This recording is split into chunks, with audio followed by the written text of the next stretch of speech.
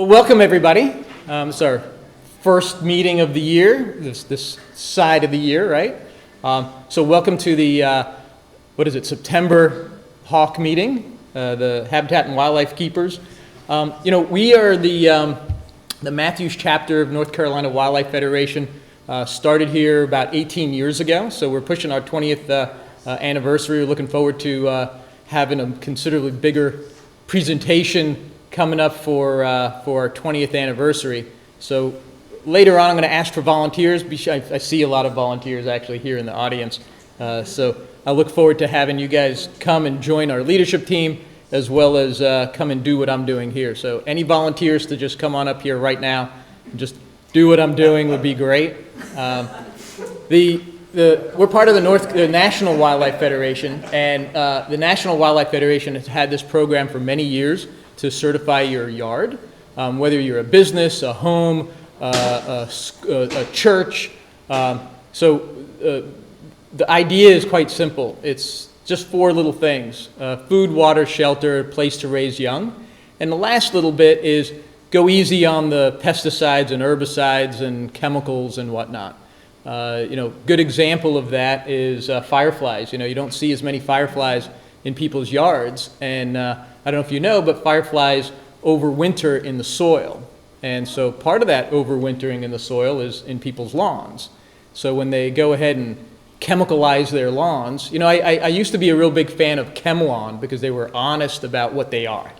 Now they call themselves something else like True Green, which is a terrible, injustice to advertising, because it's not what they are, but they used to be what they continue to be by name. Anyway, so when you chemicalize your lawn, you're killing off not only them, but a lot of other things. So right now, with all the rain that we had, just about 3 weeks ago, we had a tremendous amount of rain. So the army worms is what everybody who has that, golf course lawn and wants to continue that golf course lawn is dealing with right now, eating up their lawn. Well, if you don't have a lawn, you don't have to worry about having to chemicalize and put a whole bunch of pesticides in your lawn. Anyway, but the idea of certifying your yard, you can still do that even if you have a lawn, even if you do spray the chem stuff in there. But the idea is really simple, a water feature, a birdhouse, some shelter for them to hide from. We're going to be talking about raptors tonight. So a place for the songbirds to hide from raptors, but also a place for raptors to also to go ahead and have a place to raise their young. So in any case, the raptors are not the bad guys at all. It's a big food web, right? So in any case, Charlotte was recently, about 3 years ago certified as a community wildlife habitat, and that requires a certain number of homes, schools, businesses, churches to be certified, and it was the biggest city east of the Mississippi to be certified. So pretty phenomenal accomplishment. Of course, Matthews did it like 15 years ago, but that's a whole other thing. We have our Kids in Nature Day coming up in October, so about a month from now at Squirrel Lake Park, where the chapter actually started, is going to be hosting our Kids in Nature Day. We have a bunch of fun stuff set up for it. If you'd like to volunteer and help us man a booth, matter of fact, many folks here have already manned booths in our previous activities over there, so look forward to having you again. So let us know. Glad to have you. A couple things for you to keep your eye out right now is this beautiful little guy. You could see how tiny they start off at. So this is a monarch caterpillar, and so they're making their final push through the Carolinas right now, eating milkweed. And so that's the only food that they'll lay their eggs on. It's the only thing that the caterpillars will eat. So here's a nice hungry caterpillar getting rid of that big leaf. But the idea behind that is that milkweed used to be very common, very plentiful in farms and everything else. With the invention of herbicides, they get to avoid that. It is a pain in the butt for farmers to deal with milkweed in their fields, but it used to be all the way around their fields, in the woods and in the ditches and things like that, not areas where they're actually having a crop. But it's not plentiful anymore. And so a monarch caterpillar, she'll fly around until she's exhausted and dies, won't lay her eggs on anything but milkweed. So plant milkweed in your yard, let it go a little wild, and you get some of these guys, which of course are beautiful. This time of year also, you get all these phenomenal pollinators. This is a goldenrod, I believe that it's on. You got asters, the purple behind it. So these are our fall plants that are native around here. Don't mistaken the goldenrod to your allergy maker, which is ragweed. It's also yellow, but that is wind pollinated, where goldenrod is pollinated by these pretty little guys. So that has nothing to do with your allergies. Maybe other allergies, but not this allergy. Another thing to keep in mind this time of year is also all your neighbors are going to be bagging up all their leaves. So go over there and grab them, put them in your garden. So leave the leaves. One thing we were talking about a little earlier was the fireflies. They overwinter in leaf layer as well.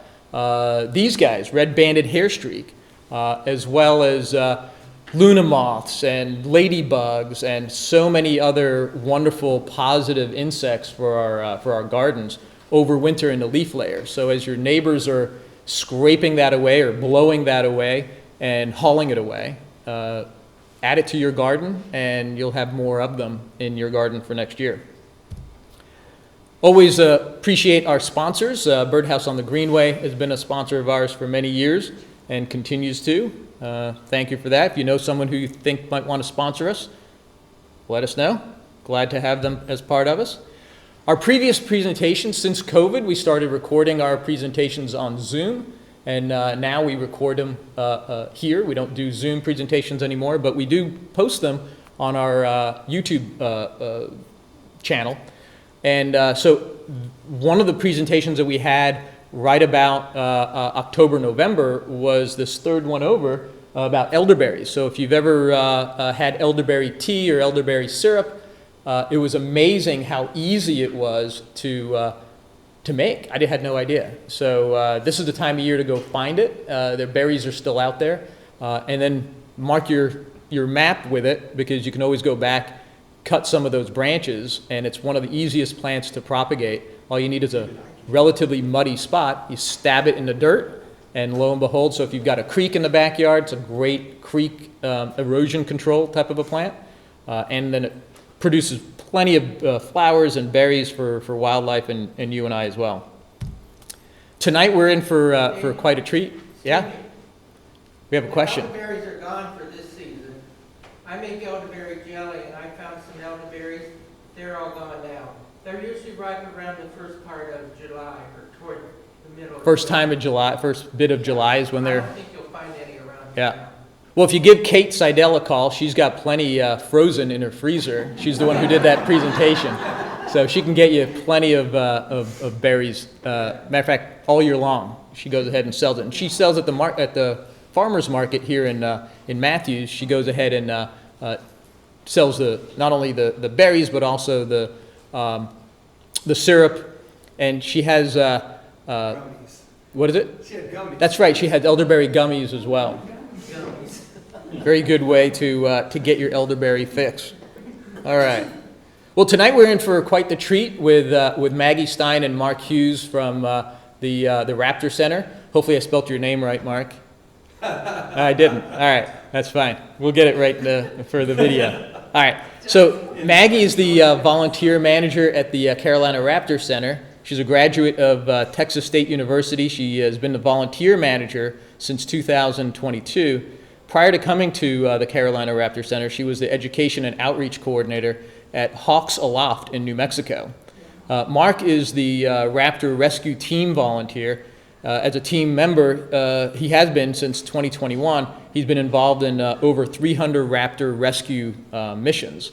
So we're looking forward to hearing from them, not only about the Raptor Center, but also this particular event that Mark and I rescued a hawk this summer, and we're going to show a little video on that. But what the Raptor Center does, they're a fabulous resource for our community, but also some of the dangers that we all have in our backyards that we can go ahead and try and abate by learning about them and then taking care of removing them. Soccer nets is a good example. So without further ado, we'll have you guys come on up here. I'll switch you your presentation in here. All right. All right, Maggie, I think all you need to do is hit this.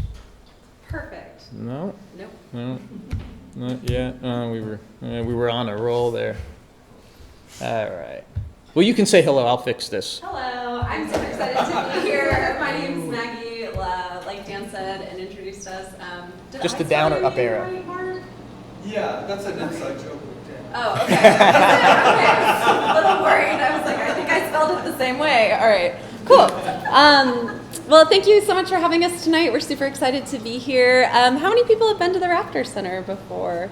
Okay, that is way more than usual. You guys have to go to the Raptor Center, not to call you out, but we're having a really fun event this weekend. If you haven't been to the Raptor Center in a while, I definitely encourage you guys to come. It's our International Vulture Awareness Day this Saturday. It's from 10 to 3 p.m. Super fun event. We're celebrating all things vultures, and it's my favorite event that we do. I like to say happy holidays. It's International Vulture Awareness Day. It's truly the best event that I think we do. And if you have any bald friends, or if you are bald yourself, you get free admission that day, because bald is beautiful at the Raptor Center. We love vultures and our bald friends, so bring your babies, bring your grandparents, whoever. So yeah, IVAD this weekend. The babies get in free anyway, so, but yeah, they extra get in free that day. So, but all that's to say, we do a lot of different things at the Raptor Center. It's not just outreaches like this and our zoological trail. We run a hospital, and that was our founding way, was doing hospital work and rescuing raptors. And that's what we're going to be focusing on today. When it's adults like this, I like to keep it pretty interactive. So if you have questions as we go along, at least for my part, feel free to raise your hand and ask them. So yeah. Hit the down arrow. Down. Perfect. Who doesn't love a video? So we're going to actually start with a video. Hopefully. It should be embedded in this. Oh, no, because it's the PDF. That's PDF. Can I just go to YouTube really quick? Yeah. Oh, man, this is so embarrassing. Okay. Hopefully it's public on YouTube. Mark, have you ever looked this up on YouTube? What do you? So while they're fixing that, be sure you stop at the table here to check out these things, as well as we have information over there on the other table. Just a little public announcement. If you go while to they figure out what they're Raptor doing Rescue here. Success Story.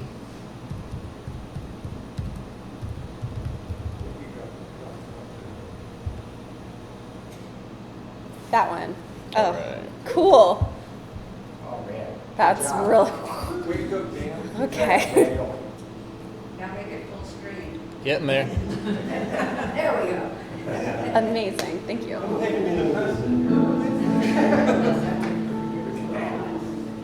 the VP.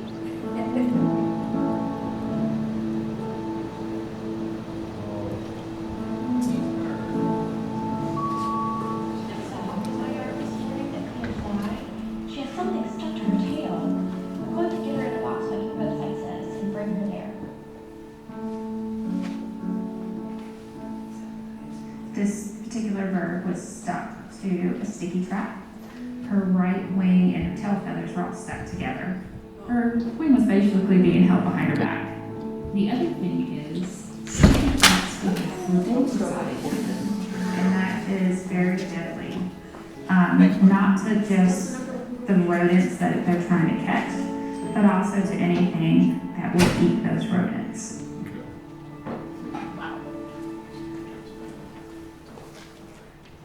As we got around the box, we noticed she had a band on her leg. When a bird comes in that already has a band on, most likely it means that they've been here before. It means that that bird has survived long enough to return to us with the band still on. So her initial visit 5 years ago, when she came in, she was already over 3 years old. And her injuries were indicative of being hit by a car. We do what we call a kill score, 1 to 5. 3 is ideal weight. So when she left, her kill score was a 3, and the fact that she maintained that weight over 5 years tells us she was in a very good location, she was hunting properly, and she was having her best life.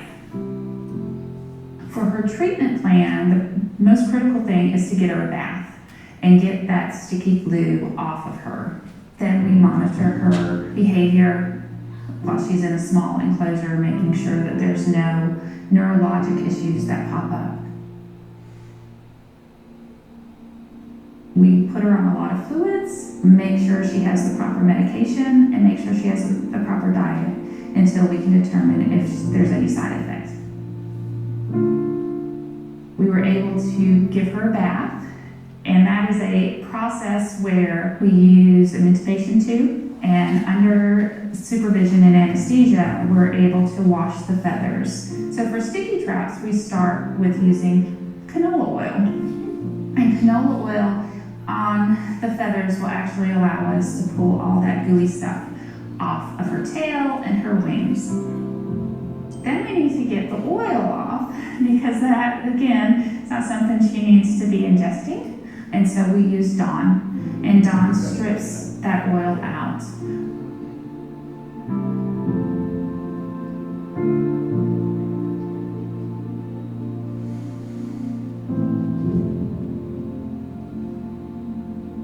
A day or two after she got her bath, we've observed that we don't really think there's any toxicity poisoning. There's no reason for us to keep birds here longer than necessary, so we do flight evals pretty quickly on those type of birds.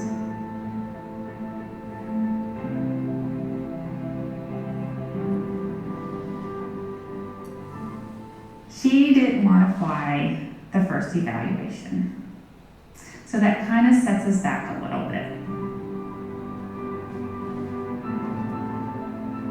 Sometimes they refuse simply because they're stubborn. Maybe she aggravated something. We'll wait a couple days and then we'll go at it again. So today, Matthias is doing her flight eval. Is she flying perch to perch and landing well on the perches? Is her flight even as she goes across? And that tells us all her feathers are working properly. So Redtail Hawk did really well during his flight eval earlier today.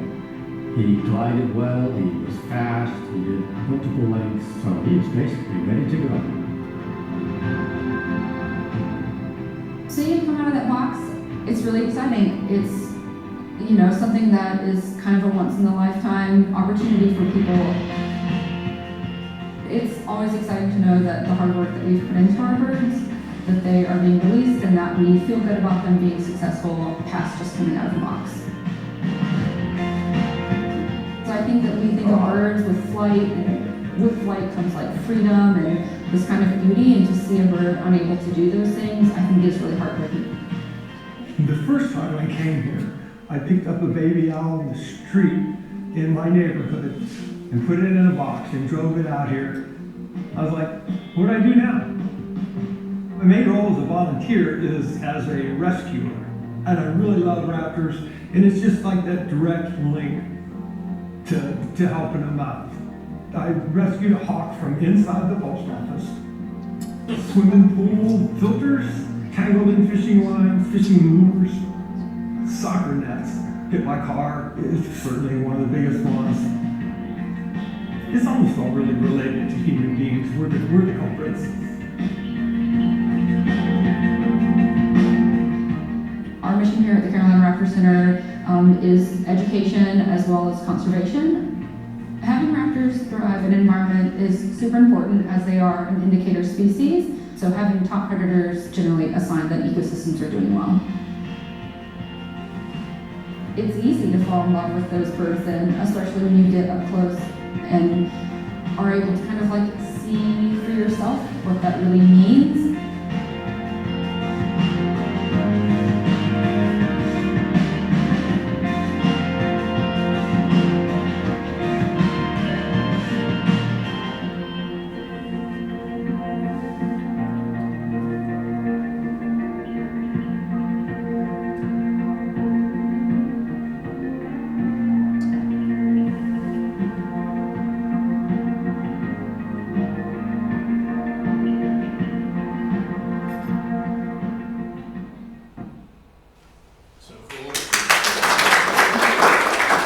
You're walking on a wonderful wooded I don't know what that is. So one of our interns, Jamie, she has a videography background, if you cannot tell. She put that together as her internship project, which is super cool. And apparently it's on YouTube, so you can watch it again anytime you ever want, which is pretty amazing. Where is the Raptor Center? Great question. Where is the Raptor Center? So we're located in Lotta Nature Preserve in Huntersville. We lease the lands that we're on from Mecklenburg Parks and Rec. And we're open 7 days a week for people to come visit. So great question.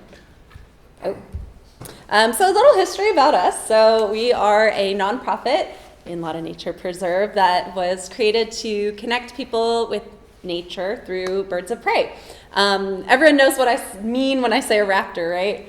We all seem very nature-based, so that's exciting that we all know that. So we were first hatched in the mid-70s in the UNCC biology building when one of the professors, Dr. Brown, was brought an injured broad-winged hawk, which I think is pretty interesting. That's our first patient because they're not super common around here. They do migrate through here, but that was our first ever patient, and he and a student, Deb Griffin Brown, recognized a need for a raptor center, a rehabilitation center for injured raptors in Charlotte. So that was how we were first hatched. We started leasing the land in Lotta Nature Preserve in '84, so we've been there 40 years this year, which is a long time. And we have made a lot of progress in those years. The picture on the right is one of our very first enclosures, a little scary looking. And the picture in the middle is Matthias, the gentleman who was in the video. Still works there. We're so lucky to have him. He's a huge part of our history. He's same guy, just looks a little grayer in the video and to the day. But as we grew and grew, we recognized that people needed to be more connected to these birds that they were bringing in through our rehabilitation. So we opened our zoological side. So we have birds from all over the world that are our avian ambassadors. And their job is to live at the Raptor Center and live the cushiest life a raptor could ever have and have people fall in love with them, because the best way we can prevent rescues from needing to happen is by having people really get passionate about these birds. So that's a little CRC history. Our mission and vision and values, if you're interested, you can look on our website. These are really cool though, because I think we're an organization that actually follows our mission, vision, and values. And I've worked a lot of places that maybe don't always do that, but it's a really very cool place. But our mission really is just to ignite a passion for raptors and a responsibility for a shared natural world. We are a organization that cannot function without volunteers like Mark. We have a staff of less than 25 people, and we have over 100 volunteers, which is really amazing. So we would not be able to function at the capacity that we do without our volunteers, and they help in all of our departments. They make my job really easy. All I have to do is show up and say, thank you! So it's really, really nice. We have volunteers who help with our raptor rescue, so they're trained to safely capture birds and bring them to our raptor hospital for treatment. We have docents who do interpretation of our birds for visitors along our raptor trail. We also have folks who volunteer with our avian ambassador team, whether it be helping with husbandry or feeding those ambassador birds. And then we have folks who help in our hospital with the treatment of these injured birds. So if you're interested in volunteering, check out our website. We have quite a few openings right now. Especially in our avian ambassador team, we're looking for feeders during the week. So if you're interested in getting more involved, please check it out. Really amazingly though, our volunteers do so much. They gave over 16,000 hours of service to us in our fiscal year of 2023. 16,000 hours is so much. So thank you. That's our cookout from last month, which is crazy. So yeah, they make it great. Back to our raptor hospital, we treat 800 to 1,000 injured patients every year. There's a lot of birds, and we only specialize in raptors. So if you find an injured raptor, you now know you can call the Raptor Center. Yes, absolutely. Tell us about the raptors now. I saw vultures. They're raptors. Yes.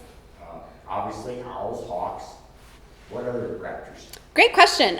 So here in North Carolina, we've got our main 5. We've got vultures, owls, hawks, eagles, and falcons.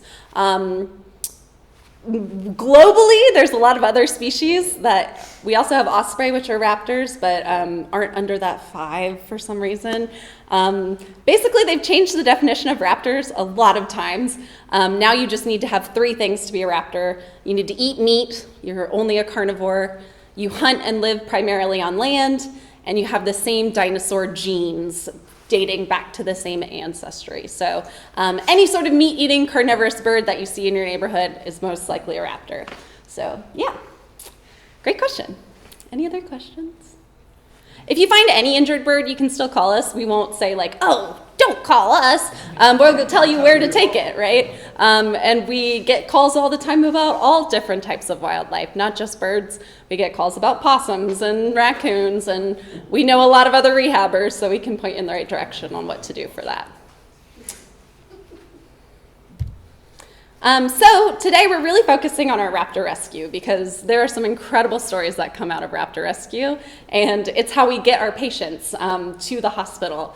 Recently we had a raptor rescue meeting for our volunteers, and our hospital manager, Sunny, who you saw in the video, went over some statistics. Out of the 820 birds that we rescued in our fiscal year last year, I think staff members went on less than 50 rescues. So all of our volunteers are the ones who go and bring these birds to us, which is really incredible. Or the person who found it just already has it in their car and showed up with it. So we wouldn't be able to do the work that we do without our volunteers.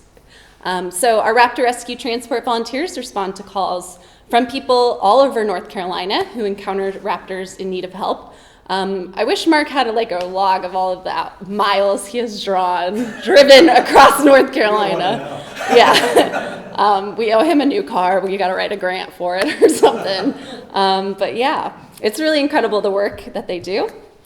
We also have volunteers at the Raptor Hospital who help our professional staff rehabilitate these patients when they get there. And we have a really incredible release rate for wildlife rehabilitation. Up to 60% of the patients that come in through our door and survive the first 24 hours are released, which is incredible statistics for wildlife rehabilitation. Barred owls and red-shouldered hawks are our most common patient because they're the most common birds around here. Our most common cause of injury is car collisions. And I'm sure Mark will talk about that in a little bit, but yeah, our barred owls and red-shouldered hawks, they live readily in neighborhoods. They're very generalist species. They're all around all of the neighborhoods. If you have a big enough tree, they'll live in it. And so they're our most common patient. So yeah, does anyone have questions about CRC in general? Are there any other centers like this in North Carolina? Good question. Yes, absolutely. There's lots of raptor centers all across the country. We're the best one, but you know, there's a really good raptor center in Raleigh. There's a really good raptor center on the coast. You know, they network together so that we can cover all of the state, which is pretty amazing. Yeah. Yeah. I used to volunteer back in college when I had more of an open schedule, but now with like a 9 to 5, is there really opportunities? Do you guys still do you close at 5, the hospital? The hospital is open from 8 to 6, and it is a weekly volunteer role if you're volunteering in our hospital, and that makes it hard accessibility-wise for normal people who work a 9 to 5.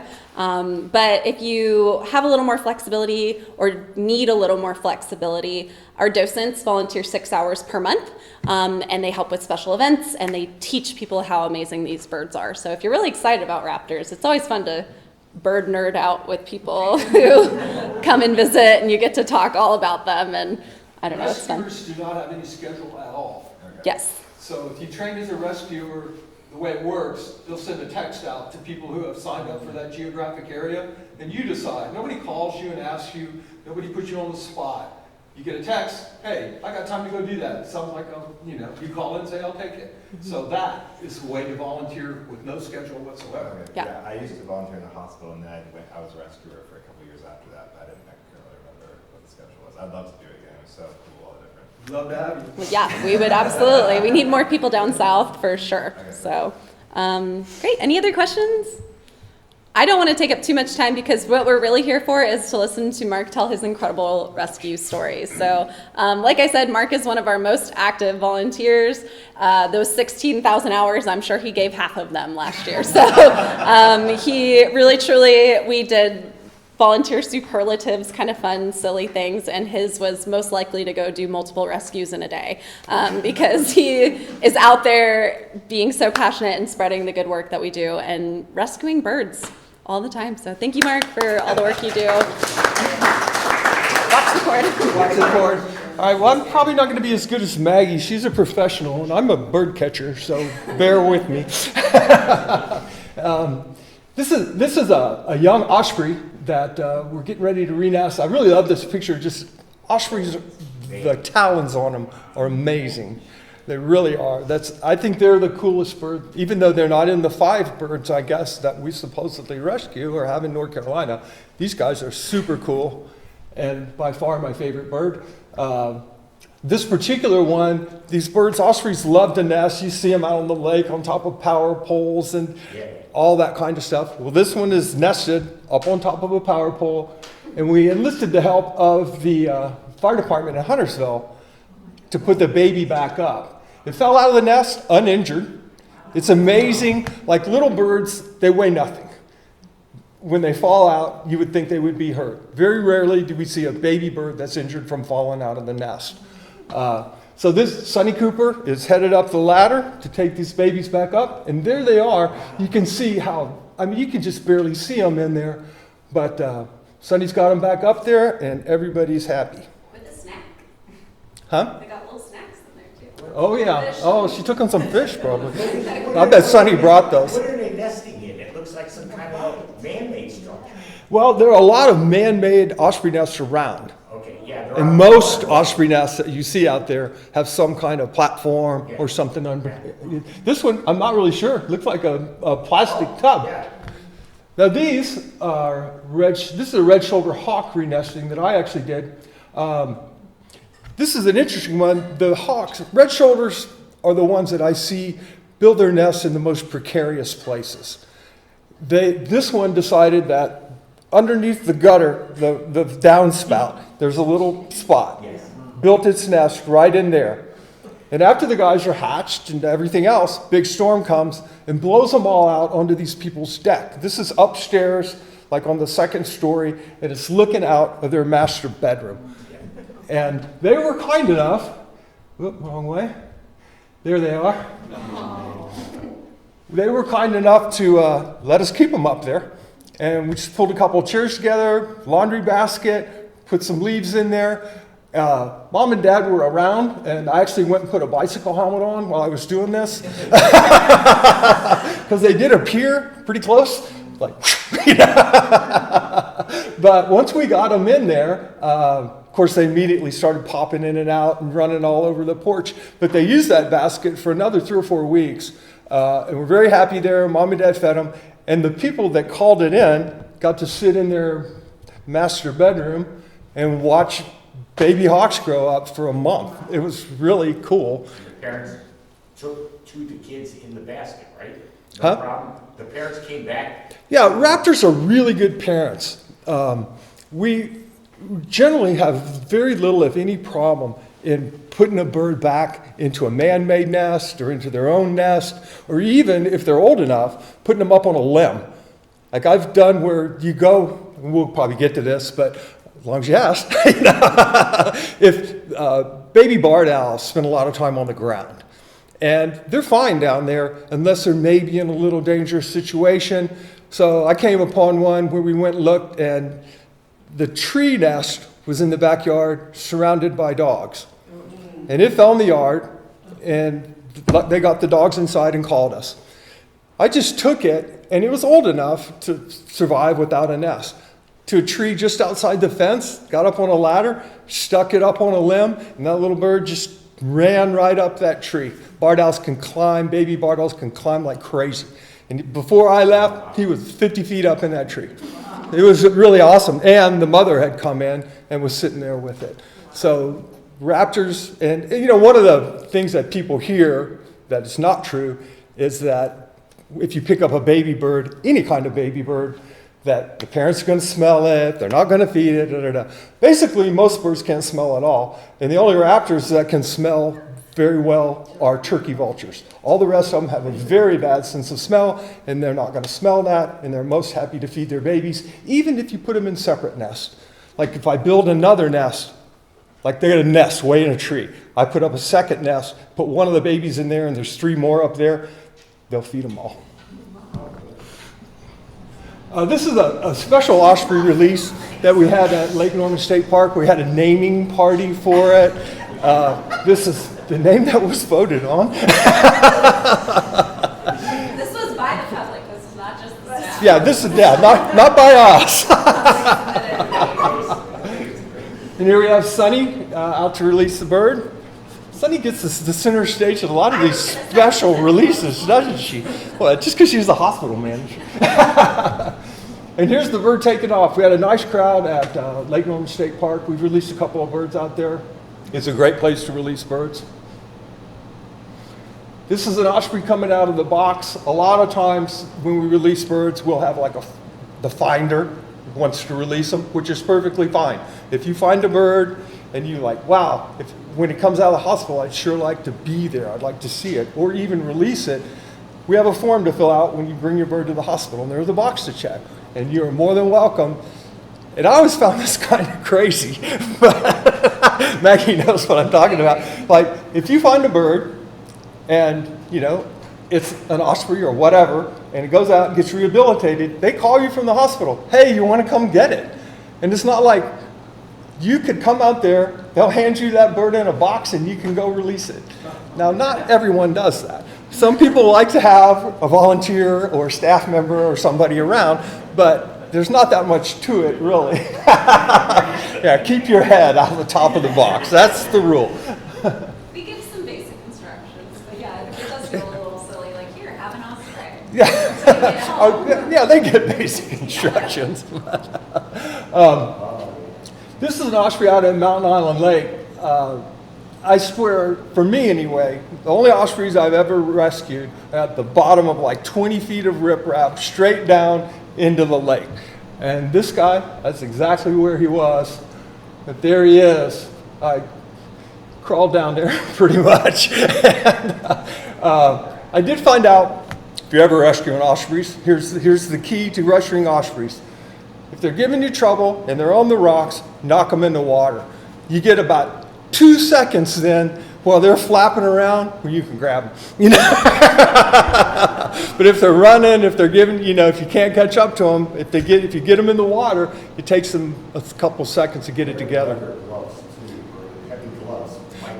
Those are welder's gloves, yep, and they are highly recommended for sure. This is the same bird, pulling him up to the top of the hill. And there he is. I just love that picture. The reason I love ospreys, it's like, that is a really fierce looking bird.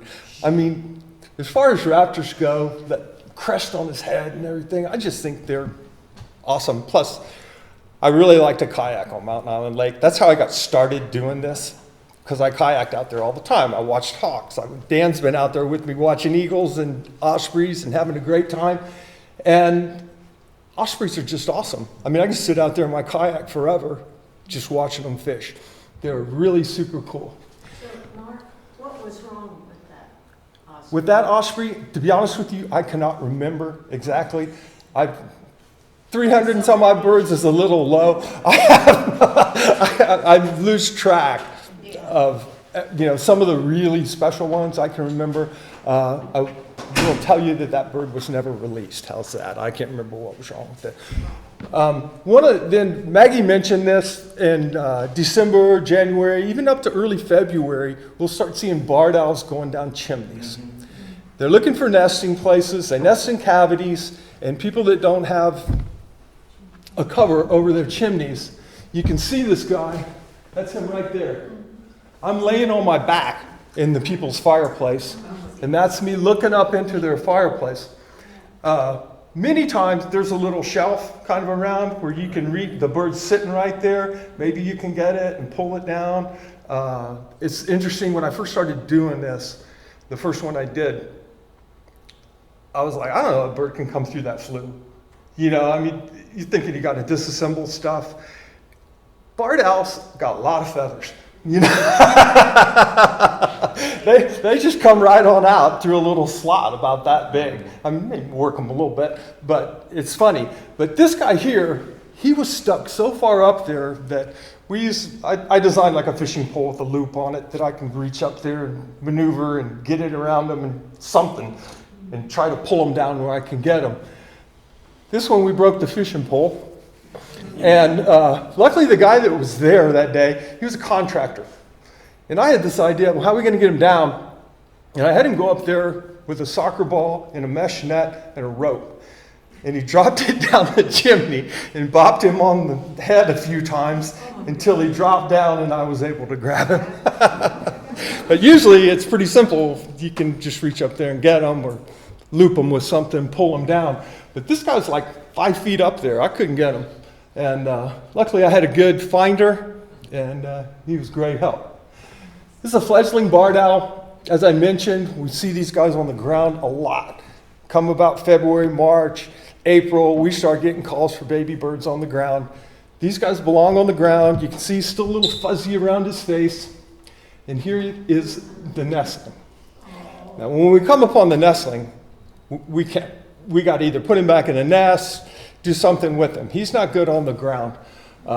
We, of course, prefer that they go back in the nest, they're raised by the parents. That is the absolute best thing. We have, when they go to the hospital, they actually feed them in camouflage, like with nets over their head, with like I have a fake owl with tweezers, and they put food in their mouth to try to keep them from imprinting on humans and to be afraid of us like they should be when they go back out. Owls, certainly, vultures actually imprint the easiest, and they're the toughest ones to deal with. This is a barred owl. It's just stuck in a stormwater drain. You can see we've actually lifted up the grate. And I'll tell you, I think if we didn't have people out walking their dogs, we wouldn't find half these birds. I can't tell you how many people, it's like, I was out walking my dog and he saw this bird. And this lady's like, I was walking my dog down the sidewalk, my dog started barking down in the sewer. And we got there and there he was. There was another way for him to get out over here, like another tunnel out. And I was really concerned that what's going to happen if he, takes off down some tunnel? I'll never get him. We ended up getting some wood and blocking this side of it and taking a pole and coming right in there and getting behind it. And when he popped out of there, I was like hanging right over there. He flew about this close to my head when he came out of that. It was fun, but he got out, and that's one that didn't go to the hospital. I was going to say, he didn't rehab, he just took off. No, sometimes that's fine. And a lot of times, like warehouse birds, some things like this where they're not tangled and stuff, they don't have obvious injuries, we will release them. We take a good hard look at them. If I have any question in my mind at all whether I should release a bird, I take it in. And I do take them in probably 95% of the time. This was a cool day. This owl came down these people's chimney, and it had been in there for several days, and they heard it, and nobody called, which is one thing, and they knew it was there. And so finally, I guess the son-in-law came over and decided he'd take a look. And when he opened the flue, the owl came out, and it's flying around in this guy's study with all these. It was crazy. I couldn't believe it when I walked in. I was like, okay, it's like some Harry Potter thing. But there he is, and you can see he'd been up in that chimney for so long, he is just black. And he went in, got a good bath. We worry about getting scratches on their eyes and things like that, but this guy made it out fine. How did you And these excuse me? How did you get to where, I mean, they're not going to let you just grab them, are you? Not took my net in there. Oh, you had a net, okay. Yeah. Well, have you seen pictures? I've got like a giant net with a 15-foot extension on it. And I took the fishing net part off and added canvas so they can't get their, well, they can get their talons, but a lot less than they can in a mesh net. So, and these next 3 pictures are from my backyard. This is barred owl. This year we didn't have baby barred owls, but last year and the year before we did. This is a baby barred owl that I saw catching a vole, and I actually have a video of it, but I don't know why I didn't bring it. But it shows him coming up, and he's got a vole in his mouth. And it's crazy. It's like I'm so close to him. It's unbelievable. I don't think baby barred owls. There he is. We had 3 of them, and they just flitted around in the trees. You go out there every morning and just watch them flying around. It was so fun. One thing about barred owls that I noticed over the years is that this time of year, you really don't see them. You don't hear them. It's quiet. You know, you might see one through the trees. This time of year, they're yapping, they're making all kind of noise, and they're hunting 24/7. So you see a lot of owls early in the season when they're out trying to feed their babies, because they're not just hunting at night. Yeah? Do they have a particular tree preference? You know, I don't really know that for sure. The ones that I've seen, that I've worked with, are all in hardwood trees. But I know there are owls up north that are only in pines. So I don't know if, you know, as long as they can get a nice hollowed out place. But the ones that I've worked with, all the ones have been in hardwoods. I can tell you, I've put owl boxes up in pine trees. They've nested in those owl boxes. In cedar trees, they've nested in them. In oaks, they nested in those. So They take really well to barred owl box, to an owl box. Oh, yeah. You put an owl box up and they'll find it real quick. Yes. Or a raccoon or yeah, or something else. Well, I just had an owl box put a couple of years ago, and it has to be 15 to 20 feet in the air. You think put it up 50 feet in the air? No. And they don't like, look, it's got to be in that certain range, and it's got to face the southeast, and you put a little bit of scraps of leaves or chips down in the bottom of the box to seed it. And man, they'll find it real quick. I think older growth trees too, they tend to go towards those more as well. yeah, I've got a dead tree in my backyard. I'm hoping for owls. I left it up, and it's like way tall. It's way too big to not cut down, but it's outside my fence, and I don't think it's going to hit it. It might. But Dan looked at it and he said, it's going to come down this year, when he was over there about a year ago. Still there. And I'm hoping that the top will fall off and an owl will nest right in the cavity at the very top. That's my whole plan, and I'll let you know. I want a natural owl. But so let's talk about soccer nets and garden nets a little bit. We see a lot of this, and you know, I understand that it's a little trouble to take your soccer net down. But I know I've been to places where the soccer net's like overgrown with weeds and everything else, and there's a bird stuck in it. If you're not using it, take it down. Garden nets, we just need to keep an eye on them. I know we got blueberries, we got this and that, and we put nets on them because we'd like to eat some of those blueberries. But I know when I had one plant that I put a net over this year, and I went and checked it like every day, make sure nothing's going on in it, and finally, at the very end, it had a black snake wrapped up in it, about that long, and about that big around. It took me a half an hour with a pair of scissors, had one glove on, cutting them out of there. But the soccer net thing is a really big issue, and it's like I say, garden nets. Look at this poor guy. This guy is like wrapped up in there. I would have never got him out. I don't think by myself I would have got him out, but I had to really struggle because he was also not too tired. What type of owl is that? That's a great horned owl. Horned owl, yeah. It's the biggest owl that we have around here, and by far the strongest owl that we have around here. But he got so wrapped up in there, luckily, and the odd thing about this, these guys are usually like out in the woods. Like most of the time I see barred owls and hawks in soccer nets, not great horned owls, because the great horns, not that many in the city. This guy is like at the corner of Statesville Avenue and Interstate 85. Like, I don't know what he's doing there. There's a high school nearby there, and they had a soccer field, and that's where he was. But luckily, the ag guy was there, and he was a brave soul and helped me out. A lot of times, man, you know, if you get a good finder, it makes a huge amount of difference. It can be difficult to do all alone. And this is the same Al after we got him out to the hospital, and he fully recovered, and off he goes. I just think great horned owls, look at the eyes. I mean, they don't even look real.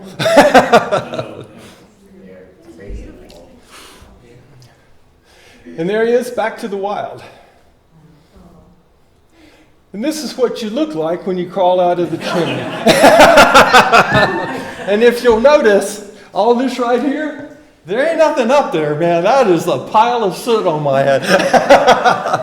There's almost no, I always start out, I get in there, I got a hat on, I got my glasses, I'm all covered up, and it generally ends up like this. Because there's no way, you know, even if you're careful, you're trying to pull that bird out of there, you're just going to bring down a whole pile of soot. In fact, I felt so bad. The first one I ever took out, Sonny called me. It's been 3 years ago, and I'd never done it before. I'd like watch stuff like this. And Sonny calls, and she's like, can you go get an owl out of a chimney? And this was during, right at the beginning of the bird flu. And we weren't bringing birds into the hospital. She says, if you can get it out, just let it go. Don't even bring it in. If it comes fly, let it go, you know. And so I go over there, and it's an older couple in their 80s.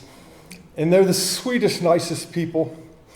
And I made the biggest mess in their living room. I felt so bad. But what was really weird is the first one that I did, like I'm in the fireplace, and I've got this bird by a wing, and I'm pulling him out. And about the time he's about to pop out of there, I realized for the first time, I'm in these people's living room holding on to a tenuous wing of an owl. And when he comes out of there, I got to get him.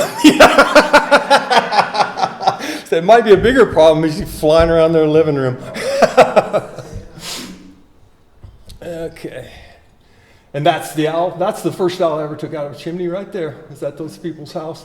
Yeah, but I left them a huge pile of soot and ashes, and had to take his chimney. It flew apart.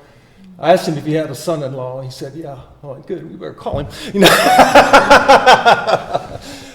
We do see birds that are shot, which is really surprised me quite a bit. The first one that I saw, I mean, it's not all that common, but we see several every year.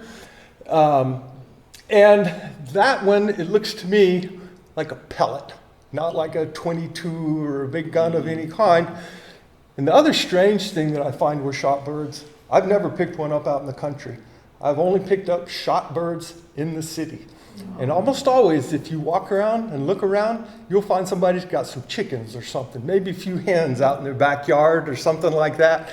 And I have a feeling they did it, or when you see a pellet in a bird, it's probably just some kid doing something that they shouldn't be. But we do see it quite a bit. This guy was lucky, didn't break his bone, and he got to go back. Warehouse rescues are the most time-consuming, sometimes the most frustrating. Most of the time we're going to see like Cooper's hawks and red-shouldered hawks in a warehouse because they follow songbirds in through the doors. I've never found anyone who can tell me why they won't go back out. I mean, you show up out there, there's like 5 garage doors. The guy's got them all open, you know, completely, all the way down the road. They're like, he flies right by there, but he won't go out. So what we end up doing with those kind is, it's called a ball shot tree trap. And what it is a dome of expanded metal, like wire, and inside you put a couple of live mice.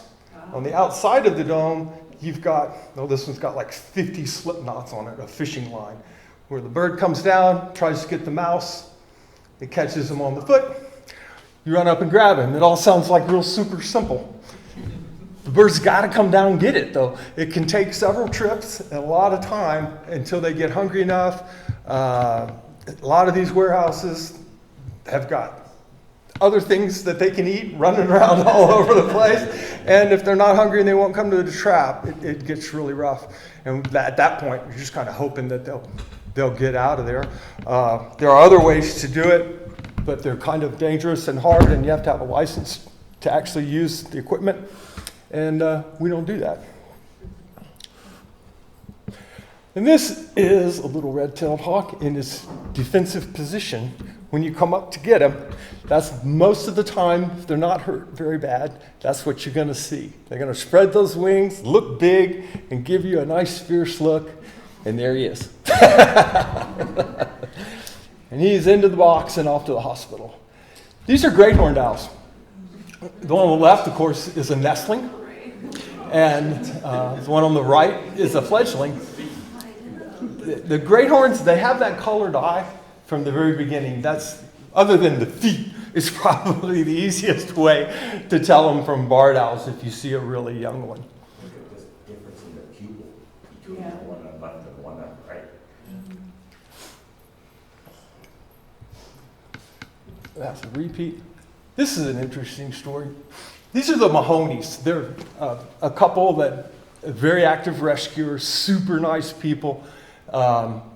And they were out chasing a vulture at a farm. Now, vulture chasing is a real chore. Vultures are the only bird that we work with that basically lives on the ground. They have much flatter feet. As you can see on the table, the vulture's got a really flat foot. He's made for walking, running, moving around on the ground. They're born on the ground. They basically live on the ground most of the time. So, yeah, they're going to give you a good run for your money. But this farm dog, this guy used to herd his chickens into his coop at night. And he herded that vulture into the coop. So, yeah, Victoria was like, I didn't think we were ever going to get him, but the dog came through in the end. You never know what it's going to take. Of course, the golds, let them all go. This is a re-nesting, a little different, up in the tree. This is a baby hawk. And is that Mike? I don't know who that is, but the Raptor Center volunteer, we take and mount different kinds of nests up in the trees, whether it be laundry baskets, little baby owl poking out there, mom barred owl coming back to the nest. Two great horns getting ready to get up in there, and there they are. I love re-nesting. It's so much fun, and you get to see them. They're so happy. It's, you know, I wish I could go hang out. This one was like way, way out in the woods. I went back 3 months later and took the nest down, but you know, the people said he was fine. They had seen him a couple times. It's a pair of great horns. And as Maggie mentioned, of the 820 birds or so that we brought in this last year, a little over 200 of them were brought in by finders, people that picked them up in the yard, in the street, or wherever. And they come in all kind of crazy stuff. Backpacks, all kinds of weird boxes wrapped up in different things, homemade cages, you name it. But we are really appreciative when they bring them in. Talk a little bit about vultures. Like I mentioned, vultures all born on the ground. They live on the ground. When you see baby vultures on the ground, that's where they're supposed to be. We run into a lot of times, like if we see demolition going on, especially like old barns, old buildings that have been abandoned, we'll run into vultures out there. If they're not, like the ones I've done, like tearing down an old barn, and they're living in a pile of scrap metal. They're fine living in a pile of scrap metal. Mom will come in, or dad, once, maybe twice a day, bring them some food, but you won't see a lot of activity. People always think, well, their parents aren't coming around. They don't, because they're on the ground. They don't want anybody to find them. Rat poison, we see it regularly out there. I was at Home Depot yesterday just out of curiosity to see what kind of rat poisons are available. There's plenty of them. A couple of them that I don't think should be there, and it's surprising that they are. But you have to consider when these guys eat, like a mouse, they're getting a little teeny tiny bit of poison. They eat another mouse, they get a little more, another mouse, a little more. Over time, it will kill them. And we do see them come in with poison. And this is going to be Maggie's part of the do's and don'ts. Sure. Does anyone have any questions for Mark? Oh, I'll be around. What's your most favorite rescue that you've done recently? The one that I've done recently that was really unique, I'll go with the water treatment plant. The turd bird, we call him. This bird was, if you go to a water treatment plant, they've got two like concentric circles with paddles stirring stuff up. And they had a catwalk going over the top. It's about, maybe 10, 12 feet down to the water. And in between those two circles, there's 4 inches of concrete to separate them. The bird was standing on there, and he had fallen in, and he's like covered with excrement. A big full-grown red-tailed hawk. But yeah, we kind of leaned over the edge. Luckily, we were able to, one of the other people that worked there, they had a net that they used to get solids off of the top. And I had my net, which I was hoping wasn't going to go in the water. And we just kind of scooped them together and got him in there. But it was really an interesting one. But the funniest part was I'm up there with this young woman that worked there. I'm looking, I'm like, man, I don't know if my net's going to reach. This is going to be tricky. She goes, we got a little rowboat over there. And I'm like, I don't think so. You know? Like, Well, thank you so much, Mark. Like I said, Mark is one of our best volunteers. He has tons of stories like that are so interesting to hear. And that bird, I think they had to hose it off outside of the hospital before they could even get it in the building. So I think all of you know what to do when you find a baby bird. You all seem very naturey and understand the importance of baby birds. The best place for them to be is with their parents. Us humans, we can do as much as we can to raise them, but we will still never be as good as two-parent birds, right? As a wild animal, it doesn't pay well to abandon your young, especially if you're only raising at most 3 or 4 a year. So they are going to want to raise those babies, right? And so even if a human has taken them away for a couple hours, put them back, they're in a new spot, they're still going to prioritize feeding that baby if they're able to. So all that to say is if you find an injured baby bird, please call us. We would love to help you out and point you in the right direction, even if it's not a raptor. So this graphic can be found on our website if you're ever curious of what to do if you find a baby bird. This is do's and don'ts. I don't want to end with don't. Is that just how it ends? You know what you can do is continue to learn about the Raptor Center. We're so happy to be here tonight, and it's a really great organization. We really prioritize putting these animals first, and it's a place that we really enjoy being a part of. So thank you so much for having us, and I don't remember how the conclusion was supposed to go, so thank you.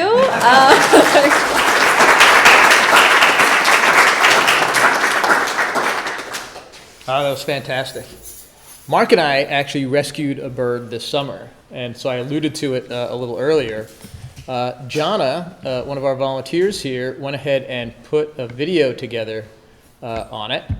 And at the beginning of this, I teased you guys with the video, and now I kind of lost the video. But let's see. There we go. So we get a call that there is a bird because of this fish hook. So when you're fishing, one of the do's and the don'ts, right, just in terms of general wildlife protection, is don't leave your crap out there. So if you're fishing, don't leave your hook, don't leave your line. Your line will mess up plenty of turtles and snakes and everybody else as well as fish that, if you're catching them, it's one thing. You're releasing them, it's one thing. If you're eating them, that's I suppose just fine. But if you're just killing them and letting them get injured. So this was left, and of course, what do raptors eat? They certainly go after small game. This fish hook is definitely one of them.